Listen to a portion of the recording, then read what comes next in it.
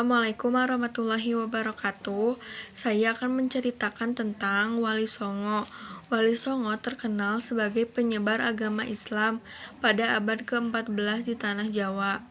Mereka tinggal di pantai utara Pulau Jawa, yaitu Jawa Timur, Jawa Tengah, dan Jawa Barat. Wali Songo berasal dari dua kata, yaitu wali dan songo. Wali artinya wakil, songo artinya 9. Jadi Wali Songo berarti 9 wali yang dianggap dekat dengan Allah. Wali Songo adalah keturunan Tionghoa Muslim. Wali Songo yang telah membawa perubahan terhadap masyarakat Jawa yang mayoritas saat itu beragama Hindu dan Buddha. Masing-masing tokoh mempunyai peran yang unik dalam mengajarkan agama Islam. Berikut asal mula 9 nama Wali Songo. Yang pertama, Sunan Gunung Jati. Salah satu seorang Wali Songo yang bernama Syarif Hidayatullah sangat berperan dalam penyebaran Islam di Jawa Barat, khususnya di daerah Cirebon, yang bernama Sunan Gunung Jati. Sunan Gunung Jati merupakan pendiri dinasti Kesultanan Banten yang dimulai dengan putranya Sultan Maulana Hasanuddin, dan atas prakarsa itulah Sunan Gunung Jati melakukan penyerangan kepada Sunda Kelapa pada tahun 1527 di bawah pimpinan Fathagiullah, Panglima Perang Kesultanan Demak yang juga membantu Sunan Gunung Jati. Yang kedua, Sunan Ampel. Sunan Ampel atau yang memiliki nama asli Raden Rahmat. Beliau memulai dakwahnya dari sebuah pesantren yang didirikan di Ampel Denta atau dekat kota Surabaya. Karena itu, beliau dikenal sebagai pembina pondok pesantren pertama di Jawa Timur. Sunan Giri, Sunan Bonang, Sunan Derajat adalah murid-muridnya Sunan Ampel. Yang ketiga, Sunan Gresik.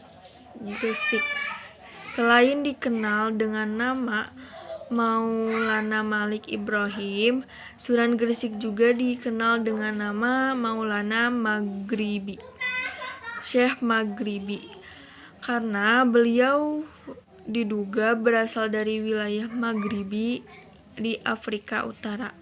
Namun hingga kini belum diketahui secara pasti sejarah tempat dan tahun kelahirannya. Beliau diperkirakan lahir sekitar pertengahan abad ke-14.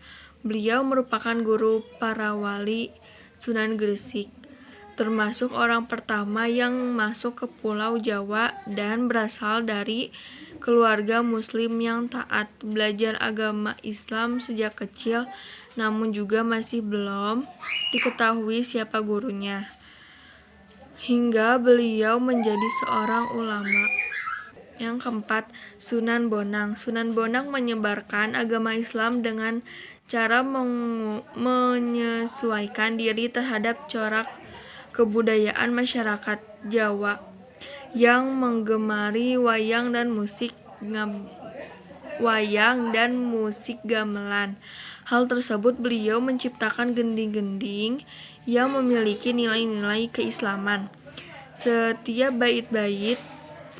bait-bait lagu diselingi dengan ucapan 2 kalimat syahadat, sehingga musik gamelan yang mengiringinya kini dikenal dengan istilah sekaten. Yang kelima, Sunan Giri. Sunan Giri yang bernama asli Raden Paku adalah putra Maulana Ishaq. Beliau ditugaskan oleh Sunan Ampel untuk menyiarkan agama Islam di Blambangan. Sunan Giri pernah belajar di pesantren Ampel Denta, lalu setelah dewasa melakukan perjalanan haji bersama Sunan Bonang. Setelah pulang dari haji singgah di Pasai untuk lebih memperdalam ilmu agama saat itu. Sunan Giri mendirikan sebuah pesantren di daerah Giri.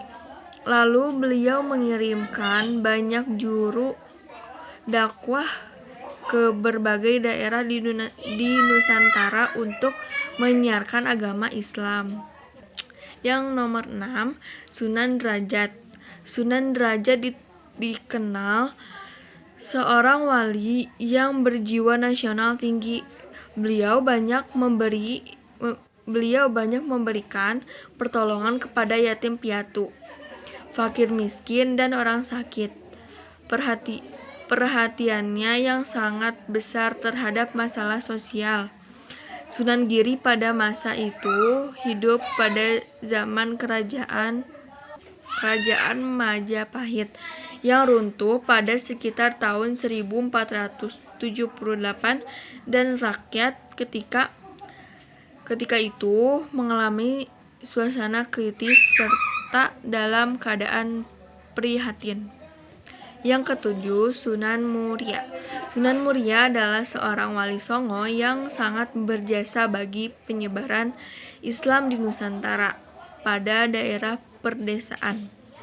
Tapi putra Sunan Kalijaga ini dikenal suka menyendiri dan tinggal di desa bersama rakyat biasa demi menyiarkan agama Islam. Nomor 8, Sunan Kudus.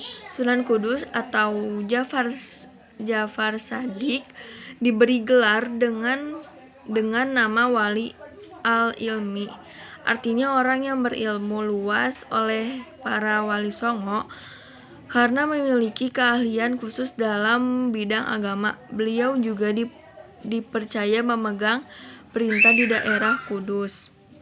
Yang ke-9, Sunan Kalijaga. Sunan Kalijaga dikenal sebagai kebudayaan dan seniman seni suara, seni ukir, dan seni busana yang menciptakan yang bercorak keislaman. Sunan Kalijaga memperkenalkan bentuk wayang yang terbuat dari kulit kambing. Karena pada masa itu wayang populer dilukis pada semacam kertas dalam seni suara. Beliau adalah pencipta lagu dan Danggula. Sekian cerita Wali Songo dari saya. Terima kasih. Wassalamualaikum warahmatullahi wabarakatuh.